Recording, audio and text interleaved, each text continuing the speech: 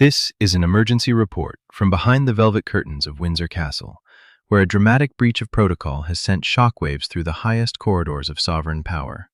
A rogue decree has surfaced, an unsanctioned effort to seize the supreme authority of the future king. In the early morning hours, an emergency alert breached the inner sanctum of the royal household. An unauthorized order had been presented at a restricted perimeter, bearing the sacred designation of the Prince of Wales, and demanding immediate access to a closed-door strategy session regarding the future duties of the realm. But the heir had signed no such command. He had authorized no such arrival. The shadow of an unprecedented bloodline betrayal hung over the throne, triggering a silent panic among the sovereign's inner circle. What was meant to be a routine administrative council instantly exploded into a high-stakes constitutional crisis. Inside the king's private study, the air was thick with suffocating dread. King Charles had prepared himself for another painful appeal from his estranged younger son, Prince Harry. What he had never anticipated was seeing Prince William's title placed beneath an imperative command that William had never approved. Charles's hands trembled slightly as he raised the document toward the light, his fingers tracing the authoritative formatting. It was a formal authorization designed to bypass palace security, commanding staff to grant entry on behalf of the heir. Within minutes, a routine security check mutated into a royal emergency of catastrophic proportions. Outside the rain-slicked iron gates of Windsor Castle, Prince Harry stood firm against the biting wind, his face etched with defiant anger. He was an unannounced visitor, attempting to force his way into a secret gathering. Armed security personnel held their ground, trapped between protocol and deference to a prince. Harry refused to move. He declared to the senior guard that his family could no longer exclude him, insisting that William's position ought to protect him rather than serve as a wall against him. He believed he was forcing a necessary conversation. Inside the castle, however, his father viewed his arrival as a direct challenge to the crown. "Who gave him permission to use my son's name?" The king's voice shattered the heavy silence of the war room. No one dared answer. Charles slammed his hand onto the table, the sharp echo reverberating off ancient paneled walls. The Windsor meeting had been arranged to divide future royal duties and safeguard the monarchy from chaos during a fragile transition. The Prince of Wales was not merely a family honor, it was the active operational title of the direct heir. Directives issued under that name governed security protocols, altered itineraries, and commanded palace staff. By arriving with borrowed authority, Harry had not simply requested entry, he had attempted to command the institution itself. Prince William entered the chamber shortly after, his posture rigid and his eyes cold. He picked up the order in silence, reading every word with meticulous scrutiny. As his eyes traversed the page, his expression shifted from deep confusion to utter disbelief. He recognized distinct phrases, wording harvested directly from a confidential internal draft created months earlier during a private attempt to arrange contact between the brothers. Someone had carefully copied that wording to give the unauthorized document the appearance of a genuine royal command. A private promise had been weaponized into an official order. The king reacted with immediate force. Charles ordered the castle gates locked down completely. He instructed security teams to trace every message, copied phrase, and individual connected to the document before Harry could speak with anyone inside. As the trace began, an agonizing discovery made the crisis deeply personal. Harry had relied on a past promise that William believed had already been withdrawn. Standing over the desk, William stared down at his stolen title, realizing that a private moment of compassion had been transformed into an act of cold manipulation. Behind the fury stood three men locked in a dramatic deadlock. Charles saw a family fracture evolving into a constitutional danger. William saw his authority hijacked without consent. Harry, waiting outside under armed guard, felt a final door closing in his face. None of them believed they were the aggressors, yet only one title had been misused, and only one king would have to decide whether blood still deserved protection.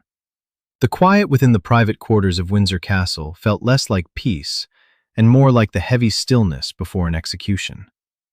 King Charles sat in the shadow of curtained windows, every line on his face hardened by the excruciating dual identity he had carried for decades.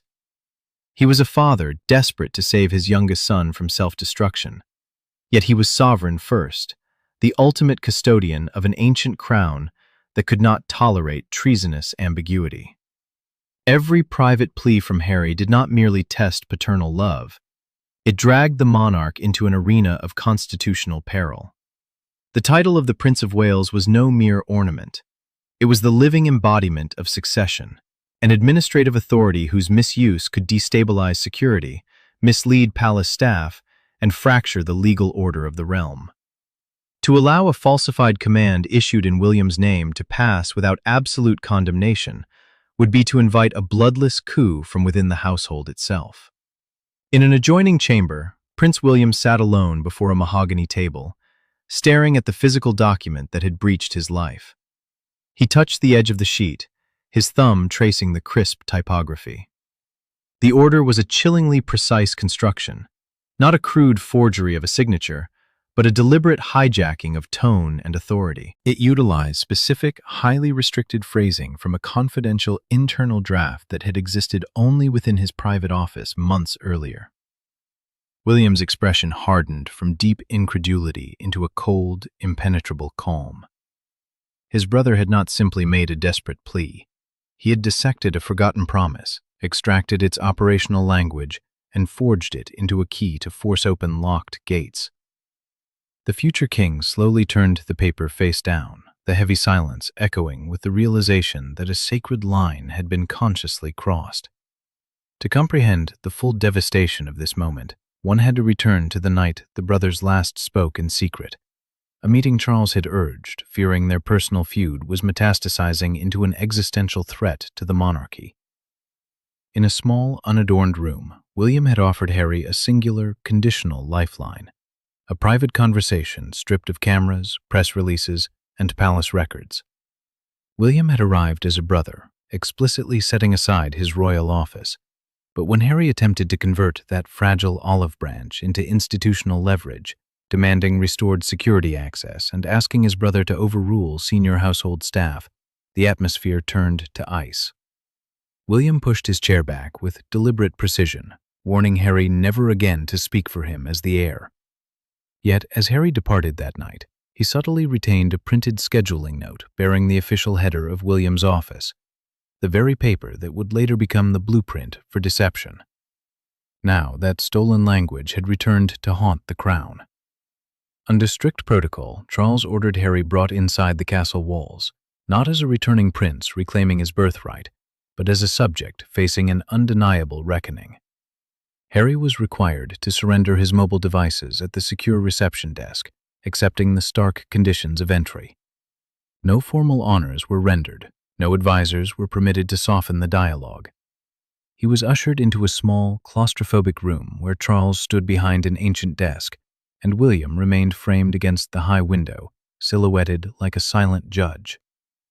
The disputed authorization lay between them on dark wood, like evidence in a treason trial, setting the stage for a dramatic collapse of family trust. When Charles demanded to know if Harry had knowingly approved the use of William's title, Harry offered no denial. Instead, his voice hardened with accumulated anger, arguing that he was merely executing a promise his brother had previously made, that the door had already been unlocked. The response was instantaneous and shattering. King Charles struck his open palm against the heavy timber of the desk, the violent crack terminating every excuse in the room.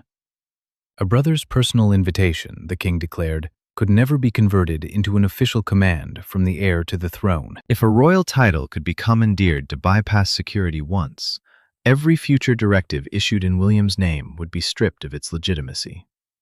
William stepped away from the window, his voice low as he accused his brother of taking one moment of past compassion and rebuilding it into stolen authority. But the crisis deepened when the document's technical anatomy was exposed. At the bottom of the page sat a dormant reference string, a digital marker tied to an old royal communications account that should have been decommissioned years earlier.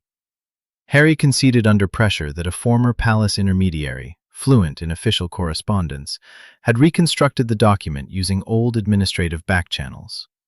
A rogue operator within the extended palace machinery had collaborated to engineer a backdoor entrance for the exiled prince.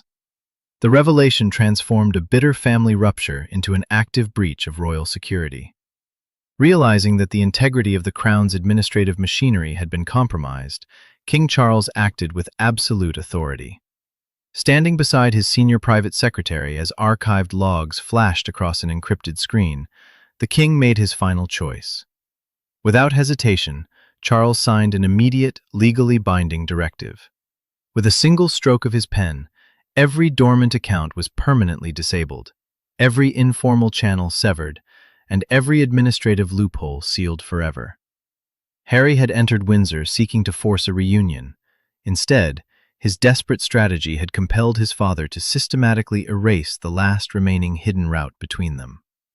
The suffocating air inside the small chamber at Windsor Castle bore the weight of centuries of dynastic authority. There were no advisors to temper the fury, no press officers to craft evasions, and no cameras to force restraint. King Charles stood behind the heavy desk, his posture unyielding, while Prince William remained motionless by the window, his shadow stretching across the floorboards.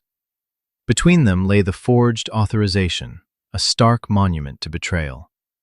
When the heavy door clicked shut and Prince Harry stepped inside, he did not enter as a prince reclaiming his birthright. He stood as a subject summoned to answer for a grave transgression against the sovereign.